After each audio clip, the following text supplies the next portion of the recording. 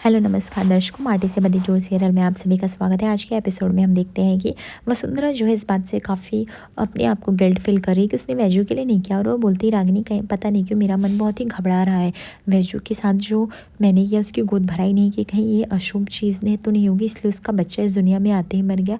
कहीं इतनी कड़वाहट और नफरत होने की वजह से कहीं वैजू के साथ ये सब जो हो गया उसमें मेरा दोष तो नहीं था। मैं कभी नहीं चाहती थी वैजू के साथ ये सब हो, लेकिन कहीं ना कहीं ऐसा लग रहा है मेरे गुस्से की वजह से कुछ तो नहीं हो गया।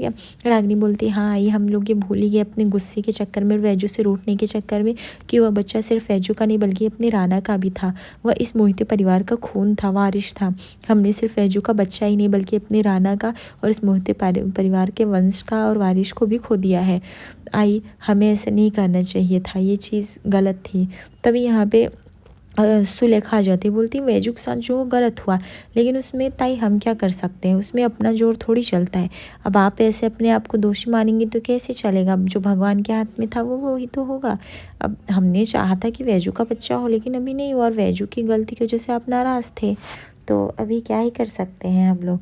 रागिनी जो है इस बात से रो रही है क्योंकि उसको पता है राना के साथ भी गलत। तभी हम देखते हैं कि वेलकम टू वर्ड ऐसा लिटिल सब कुछ करके बच्चे के स्वागत के लिए घर पूरा डेकोरेट हुआ रहता है बलून से। तभी वहाँ पे वैजू आती है। वैजू एकदम असहाय दिखाई देती है, जैसे उसका सब कुछ लूट चुका हो। और वैजू को जैसे घर में सब लोग आते देखते हैं, एक दूसरे का मुंह देखने लगते हैं। वसुंधरा सुलेखा सब लोग एक दूसरे का मुंह देख के एकदम शॉक हो जाते हैं और सोचने लगते हैं कि आखिर वैजू के सामने वो लोग क्या भी बोलेंगे। तभी आरती की थाल देती है सुलेखा वसुंधरा को कि आरती उतारने के लिए। वसुंधरा जो थी आरती का थाल लेके सुलेखा सब लोग आगे बढ़ते हैं। वैजू उन लोग को देख ही रही होती है, तभी वो लोग बिना एक शब्द भी बोले वैजू से बिना बात किए वो आगे बढ़ जाते हैं। वैजू बेचारी एकदम गुमसुम सी उदास सी जाके आगे खड़ी हो जाती है अपने संजय राव साहब के पास, अपने बाबा के पास। और तभी वो लोग देखते हैं कि जया और रणविजय और बच्चा आया है, जहाँ पे घर वाले पूरे स्वागत कर रहे हैं, जहाँ पे वसुंधरा जया को टीकाकरण करती है, उसकी आरती उतारती है और उसको और बच्चे की सारी बलाएँ लेती है, काले नज़र से हटाती है, और उसके बाद यहाँ पे जया को बधाई देती है। वैजू ये सब देख रही होती, लेकिन उसकी आंखों से जैसे आंसू आ रहे थे, क्योंकि ये सब जो जया आज ले डिज़र्व करी, जो सब कुछ मिल रहा है वो सब कहीं ना कहीं वैजू को मिल जाता। और वसुंधरा जो थी पूरी नज़र उतार के उसको सब कुछ अच्छे से करके घर में स्वागत कराते। इसके बाद जया के घर में स्वागत होता है। घर में सभी एक अलग सा उत्साह बन जाता है, सब लोग बच्चे को खिलाने में एकदम से मस्त हो जाते हैं। पर वैजू का ही दिल जानता है कि उसके सामने उसका जिगर का टुकड़ा रख दिया, लेकिन फिर भी वो अपने बच्चे को ले नहीं पा रही है। यहाँ पे सब लोग बच्चे को एकदम मस्त से खिला रहे हैं, बच्चा तो एकदम से क्यूट सा रहता है। यहाँ पे रागिनी और सुलेखा सब लोग पकड़ के लेके जाते हैं, जया को सहारा देते हैं जया को बैठाने के लिए। वजू जो होती है अपने आंसू को रोक नहीं पा रही होती, बार बार आ रहे होते उसको वो पोंछ रही होती है। उसके बाद देखते हैं जया को बैठाए जाते हैं, जहाँ पे वो जया के बच्चे को सब लोग आगे पीछे से घेरे हुए रहते हैं और जया से बातें कर रहे होते हैं। वैजू एकदम शांत से अकेले में खड़ी रहती है, एकदम से गुमसुम सी। रागिनी जो होती है यहाँ पे जया को लड्डू खिलाती है बेसन के, जो कि वसुंधरा बताती है माँ की गर्भवती होने के बाद इसमें बहुत ही विटामिन और पौष्टिक आहार है, इसलिए खाना चाहिए। उसके बाद जया देखती है जब वैजू का मुँह, वो समझ जाती है कि वैजू के साथ गलत हुआ, तो तभी वो बुलाती है कि दीदी आप मेरे बच्चे को गोदी में नहीं लोगे क्या। वैजू ये सुनती है और पूरी तरह से शॉक हो जाती है। 2 मिनट के लिए तो उसको समझ में ही नहीं आता कि वो क्या बोले और क्या कहे। फिर उसके बाद वो बच्चे की तरफ देखती है। फिर जया बोलती क्यों दीदी आप आओगे नहीं क्या। वैजू ये सुन के जैसे वैजू से रहा नहीं जाता, सब लोग वैजू की तरफ देख रहे होते हैं। उसके बाद वैजू जो थी बिना सोचे एक पल बिना कुछ किए वो वहाँ पे जया के पास जाने लगती है और उसके साथ सोफे पे बैठ जाती है। उसके बाद जया जो होती है वो अपना बच्चा जो होती है वो वैजू के एक गोद में देती है। वैजू जैसे ही अपने वायु को पा जाती है वो एकदम से खुश हो जाती है, जैसे मानो उसकी पुरानी खुशियाँ फिर से लौट आई हों। और वैजू उस बच्चे को देख रही होती है जैसे कि पहली बार जब उसकी गोदी में, ऐसे लगा कि मान लो बिछड़ा हुआ बच्चा वैजू को मिल गया। वैजू की आंखों से आंसू गिरने लगते हैं और वह उसे बहुत ही प्यार से खिलाने लगती है। जया इस चीज़ को फील कर रही थी। जया को लगता है वैजू ने अपना बच्चा खोया इसलिए वो ऐसे बिहेव कर रही है, लेकिन बात ये नहीं, वैजू ने अपना बच्चा जया को दिया है, इसलिए वैजू का दिल और दिमाग सब कुछ एक ही जगह पे है और वह उसको चुप कराने लगती, इसकी भलाई लेने लगती है। तभी यहाँ पे सुलेखा से ये चीज़ देखी नहीं जाती है और वो तुरंत आ जाती है, बच्चा वैजू के गोद से छीन लेती है और जया की गोदी में दे देती है। तभी यहाँ पे जया बोलती काकू ये सब आपने क्या किया।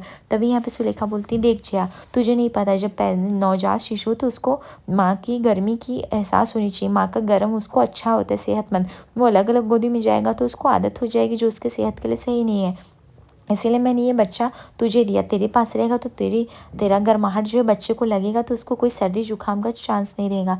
वैजू ये समझ जाती कि सुलेखा जो है ये सब की वो जानबूझ के की है, वैजू को एकदम अलग सा फील कराने के लिए। जहाँ पे जया मना करती कि काकू ये सही नहीं किया, वैजू बिना कुछ कहे बिना सुने और आँख रोते हुए जो थी वो अपने रूम की तरफ जाने लगती है। रणविजय जैसे ही देखता है वो सुलेखा पे चिल्लाता है, बोलता है काकू आप बिना ड्रामा के एक दिन नहीं रह सकते, आज कम से कम आज के दिन तो शांत रहती है। आपको पता भी है वैजू किन चीज़ों से किन हालात से गुजर रही है, लेकिन आपको फिर भी हर चीज़ का एक ही मतलब निकालना है। वह जो जैसे ही रूम में आती है वो अपने बच्चे के लिए जितने भी सपने और अरमान सजाई रहती है, और सारे खिलौने कपड़े देख के एकदम मायूस हो जाती है। वो स्वेटर देख के तो जैसे लगता है कि उसने अपना बच्चा ही पा लिया। वो स्वेटर को लेती है और अपने सीने से लगाने लगती है, बोलती है कि मेरा वायु अब तक यही स्वेटर पहनता। उसके बाद वो बेड पे उस स्वेटर को लेके जाती है और वो लिटाती है स्वेटर को, मानो जैसे वो स्वेटर नहीं वो उसका वायु मिल गया हो। वह उसके स्वेटर के ये हाथ को चूमती रहती है और एकदम से रो रही होती है। तभी यहाँ पे रणविजय आता है। रणविजय को पता है कि वैजू की हालत काफ़ी डिस्टर्ब हो चुकी है। वैजू जो है वो उसको स्वेटर को ही अपना बच्चा समझ के वो खिला रही है, उससे बातें करे। रणविजय जैसे ही वैजू की हालत देखता है उसकी आंखों से आंसू भर आते हैं। उसको सब कुछ पता है लेकिन वो ये सब ठीक नहीं कर सकता, यह भी जानता है वो। उसके बाद रणविजय दूर से ही देखता है वैजू को, वो सोचता है कि आखिर मैं वैजू को कैसे समझाऊं, ये सब जो कर रही है वो सही नहीं है। उसके बाद वह वैजू के पास जाता है, बोलता है वैजू ये सब मत करो प्लीज़, कंट्रोल करो।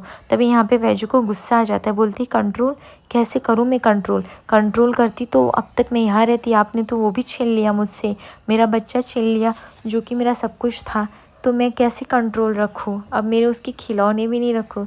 कितने सपने देखे थे, कितने सपने सजाए थे, उसका स्वेटर, उसका स्कूल, उसका नोटबुक, सब कुछ, लेकिन सब धरा का धरा रह गया ना। कितनी दूर तक सोच लिया था बच्चे के साथ मैं क्या क्या करूँगी, लेकिन आपसे वो भी नहीं देखा गया, आपने तो मेरा बच्चा ही छीन लिया।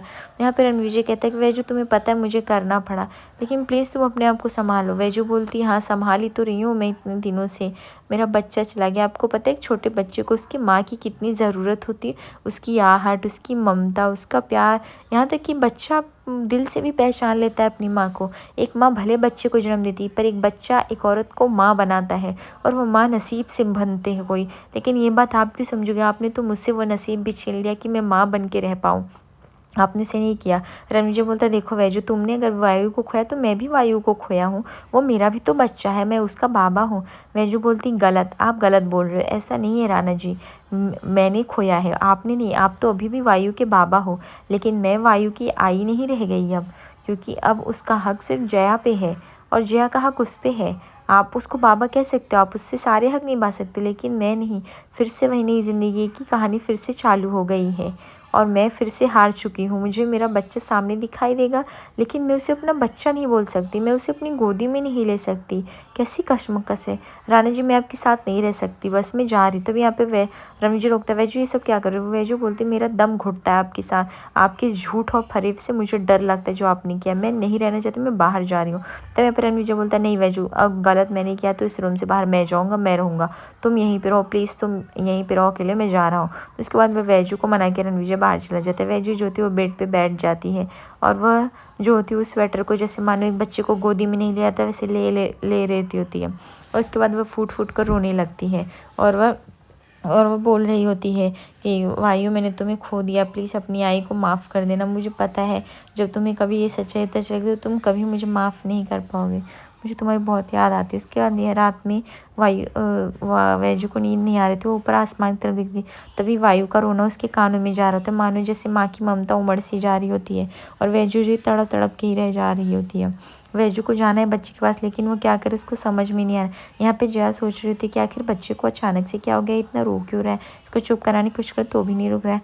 वैजू दौड़ते हुए आती है जया के रूम के पास और वो बोलती है जयू क्या हुआ बच्चे को, और वो फटाक से जया की गोदी से बच्चा ले लेती है। जया ऐसे देखी रहती है वैजू को कि वैजू से कैसे कर ले, और वैजू जो होती है उसको चुप कराने में लग जाती है। जया बोलती दीदी पता नहीं है अभी अचानक से रोने लगा, मैं उसको कब से चुप करा रही, नहीं हो रहा है। तब यहाँ पे वैजू की गोदी में आते बच्चा धीरे धीरे चुप होने लगता है। वैजू जो होती है उसको सहलाने लगती है और अपनी ममता लुटाने लगती है। ये चीज़ जो थी जया देख रही होती है, वैजू उसको पुचकारने लगती है और खिलौने बजा के एकदम करने लगती है, उसको अपने सीने से लगा लेती है।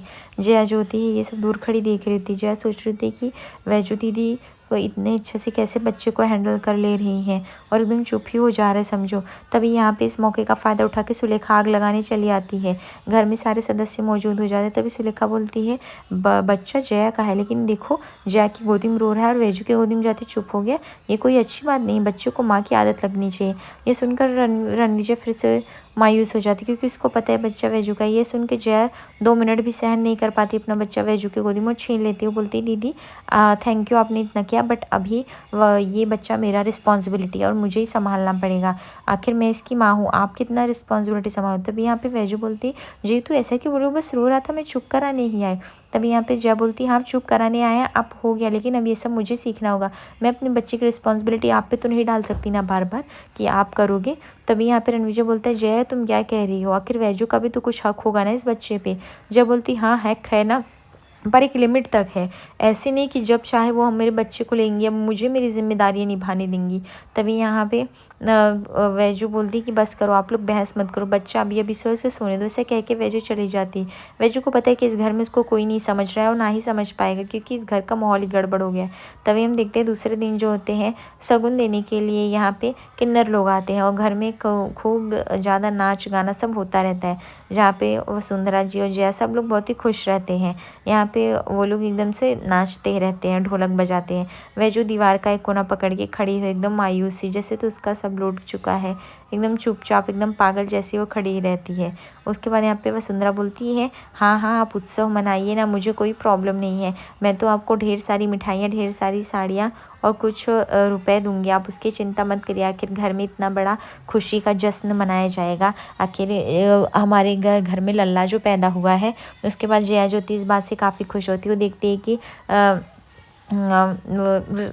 है कि काफ़ी ज़्यादा परिवार उसको सपोर्ट कर रहा है। उसके बाद यहाँ पे किन्नर बोलती लल्ला कहाँ है आखिर, तो रणविजय लेके आता है, बोलता है इधर है लल्ला। तभी यहाँ पे वो बोलती है किन्नर कि इस लल्ले की माँ कहाँ पे है। तभी वैजू और जया ज्योति एक साथ बोल देते हैं कि हम है उसकी माँ। तभी वहाँ पे किन्नर देखने लगती है कि आखिर 2 माँ कैसे हो सकती है। जया वैजू को देख रही होती, सारे परिवार वैजू को देख रहे थे कि आखिर वैजू की हिम्मत कैसे हुई ये बोलने की कि वो उसकी माँ है, आखिर माजरा क्या है। उसके बाद वैजू ज्योति एकदम से शांत हो जाती है। वैजू को याद आ जाता है कि उसके साथ क्या हुआ है, उसका बच्चा तो रणविजय ने दिया। उसके बाद वह ज्योति समझ जाती कुछ बोल के फ़ायदा नहीं और वो पलट जाती है। उसके बाद वो पलट कर जाने ही लगती है अपने रूम में कि रणविजय इस बात को संभाल लेता है। बोलता है हाँ इस बच्चे की 2 माँ हैं, एक देवकी माँ, एक यशोदा माँ, और हमारा लल्ला कृष्ण है। तभी और एक तो जिसने ये पैदा किया, एक तो जो इसको पालेगा, संस्कार देगा, परवरिश देगा। एक बच्चे की 2 माँ होना बहुत ही सौभाग्य की बात है जो है। तभी यहाँ पे किन्नर बोलती तो तू कौन है, तो यहाँ पे रणविजय कहता है मैं इसका बाबा हूँ। ये सुन के जया को काफ़ी शांति और संतुष्टि मिलती कि रणविजय ने अपने आप को मेरे बच्चे का बाबा तो बना लिया है। लेकिन आई जिस तरह से उसने वैजू को बोला, जया कोई चीज़ खटक गई, उसे पसंद है। यहाँ पे वैजू को फील कर सकता है रणविजय, इसलिए उसका साथ देता है। आज रात के एपिसोड में दिखेंगे जहाँ पे पुलिस ज्योति जया को गिरफ्तार करने आती है, क्योंकि जया ने वैजू के बेटे वायु को मारने की कोशिश की रहती है और वह उनको तभी यहाँ पे रणविजय बोलता है आपको कोई गलत फहमी हुई, जया ऐसा नहीं कर सकती है इंस्पेक्टर साहब। तभी यहाँ पे वैजू बोलती नहीं इंस्पेक्टर साहब मैंने आपको फ़ोन करके बुलाया, कोई गलत फहमी नहीं, इस औरत को आप यहाँ से पकड़ के लेके जाइए क्योंकि यह गुनहगार है, इसने ऐसा किया है। उसके बाद वैजू के कहने पर पुलिस इंस्पेक्टर जया को पकड़ के लेके जाती है।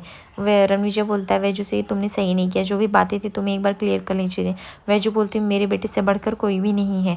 उसके बाद देखते हैं रणविजय जो था बिल करा के जया का लेकर आता है। रणविजय बोलता है कि अब ये यहीं रहेगी। वैजू बोलती लेकिन मैं घर छोड़ के जा रही हूँ। आगे एपिसोड पे से बने दोस्तों लाइक और सब्सक्राइब करिए। धन्यवाद।